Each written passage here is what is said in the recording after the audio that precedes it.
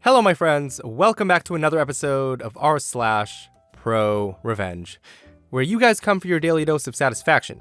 Guys, I've got 3 awesome revenge stories in this one.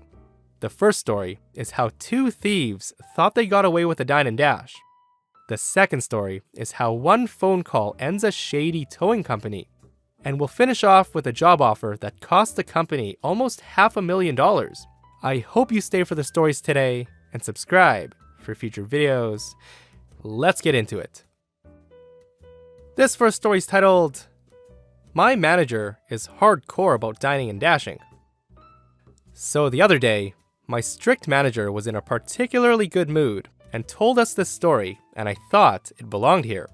A week or 2 ago, it was dinner time on a Friday, so like plenty of other restaurants, we were really busy with a long wait. A former employee from a different location comes in to apply for a job. Because of how busy we are, the manager asked the cashier for basic information and her resume so he can look her up in the system. He finds out that she can't be rehired per company policy, so he has the cashier tell her that the restaurant's too busy for a manager to conduct an interview. Despite not getting an interview, the girl and her friend decide to eat dinner and not pay. My manager looks over the tapes and sees the girl that's applying for the job walk around through the store section of our restaurant, go to the bathroom, and leave. A few minutes later, her friend does the exact same thing. Luckily, he has all of her personal information on the resume that she left behind, as well as her license plate from the parking lot cameras. On to my manager's revenge. My manager decides to call her back up and apologizes for being so busy, and asked if she could come back for an interview with him. She took the bait. She wants to know when. So my boss lies and says that he's leaving on vacation for a few weeks the next day, and it would be best if she came back in as soon as possible. An hour later, he sees her car pull into the parking lot and calls the police. He sits down with her and conducts an interview like any other. He then excuses himself to get some paperwork and comes back with the receipts and confronts her about not paying. She immediately starts freaking out, saying her friend told her that she would pay for her meal. She offered to pay for her meal, but says that she won't pay for her friend's. My manager tells her that she'll pay for both, or he'll bring in the police that he's already called. She pays for both meals and leaves a nice tip. Then she says to my manager, "Wait, you didn't just bring me in here to have me pay, did you?" My manager tells her of course not, but that she should come in tomorrow and ask for Teresa, our general manager, so she can interview her.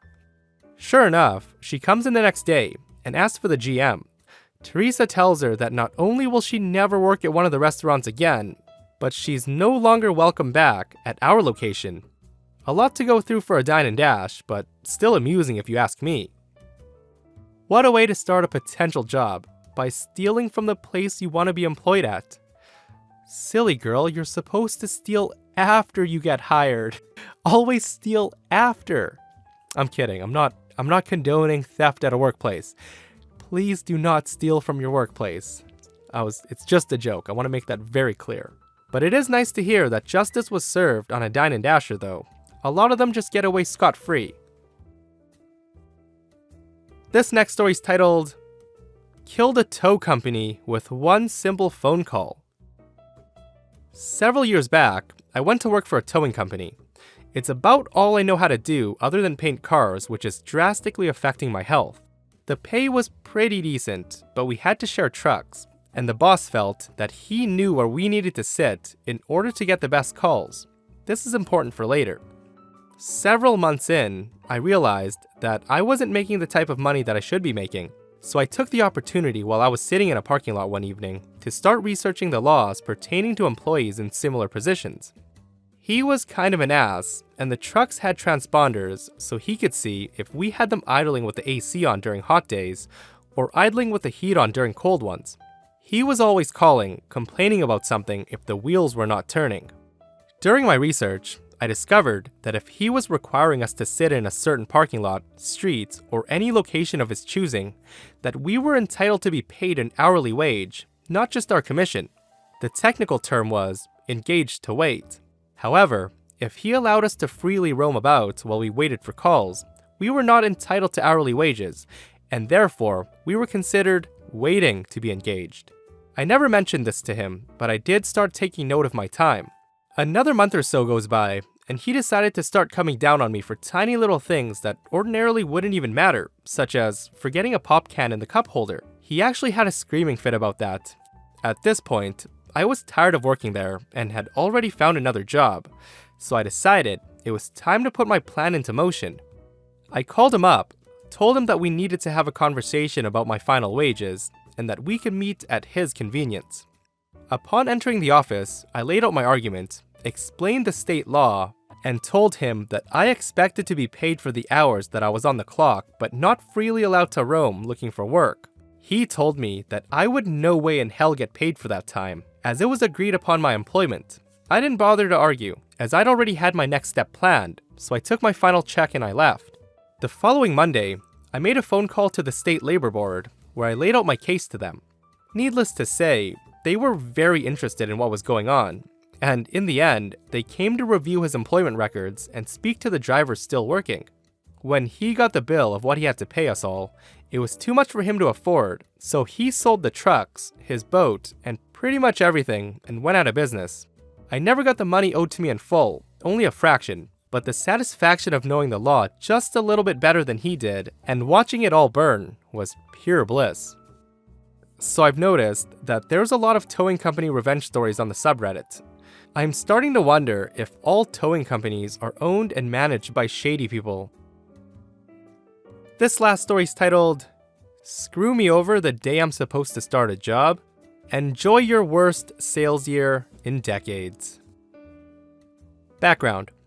A few years ago, I worked in the wine industry, and I traveled to Australia to try to broaden my experience of the industry, as well as of life, and to try out living abroad for a while.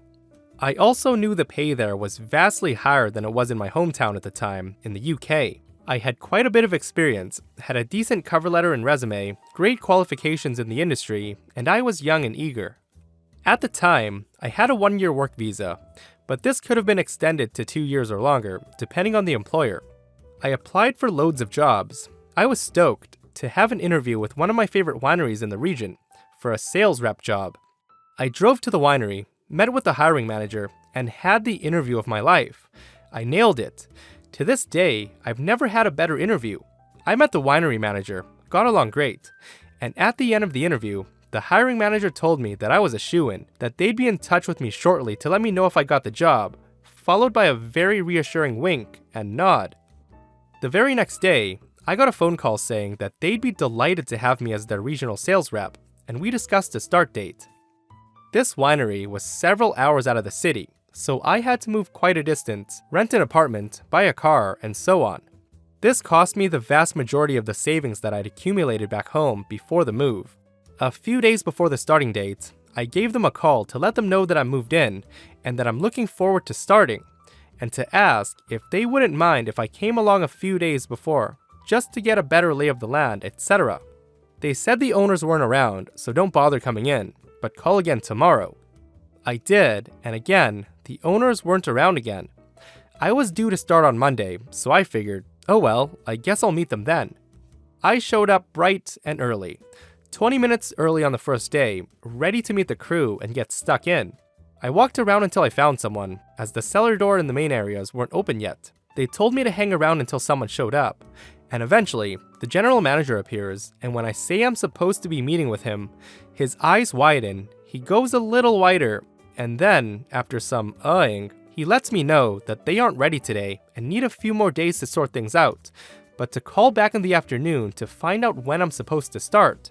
I call back, and it goes to voicemail.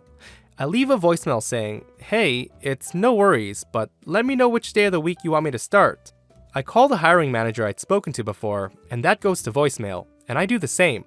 2 more days pass, and I'm starting to get really irritated. I want to start work.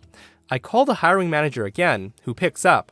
I'm as civil as I can be, but I do ask why I haven't been called back. She lets me know that the owners have changed their minds, and they don't want to hire me anymore. She admitted that this was a pretty low thing to do, and she'd been trying to convince them to take me, but they've had issues with the fact that I'm a temporary worker and wouldn't be there for more than 2 years. I let her know that there were options for extending my ability to stay in the country, etc., and she said she knew, but they were adamant. I was pretty pissed off at this point, so I decided to call them directly. Their number was easy to find, so I called them and left a voicemail asking them to call me back. And another voicemail a day later, all the time, remaining as polite as I could. Eventually, I called them from Skype with no number, and they actually picked up. I asked why they no longer wished to hire me, and tried to explain that I could apply for an extension on my work visa. Then came the line. The owner said, "We just don't want a Palmy working for us, just plain and simple, mate." I almost blew a fuse. This had nothing to do with the sponsorship thing. They just don't like Brits.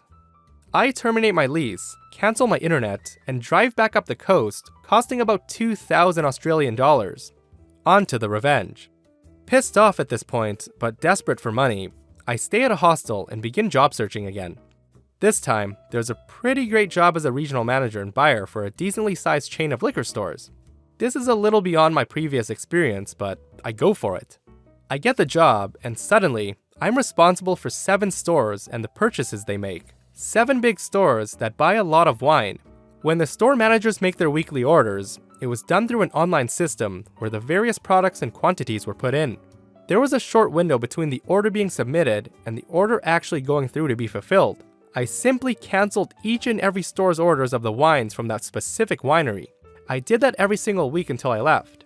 Each store before I came along was ordering between 15 and 30 cases of this producer's wine a week, averaging about $6,000 per store in sales. When the store managers saw that their stocks were dwindling or gone and asked me about it, I simply said that they changed their pricing and we can't afford to sell it right now. And every time their sales rep, who did not know me, called and asked what the problem was, I just told them that their product wasn't moving and we don't need any stock right now. The thing was, their wine always sold very well. I wasn't there long. I hated that job, the hours, and the stress of taking care of 7 freaking stores. But the revenge was sweet. After 4 months, I packed it in, and I reckon their attitude cost them about $400,000 in sales. I could have made that for them if they hired me. What a horrible thing to happen to OP, and I'm glad they got revenge in the end. $400,000 in sales is quite a bit. And that's it for this episode of r/ProRevenge. If you aren't subscribed, hit that subscribe button and turn on notifications because I upload videos almost every day. See you guys in the next one.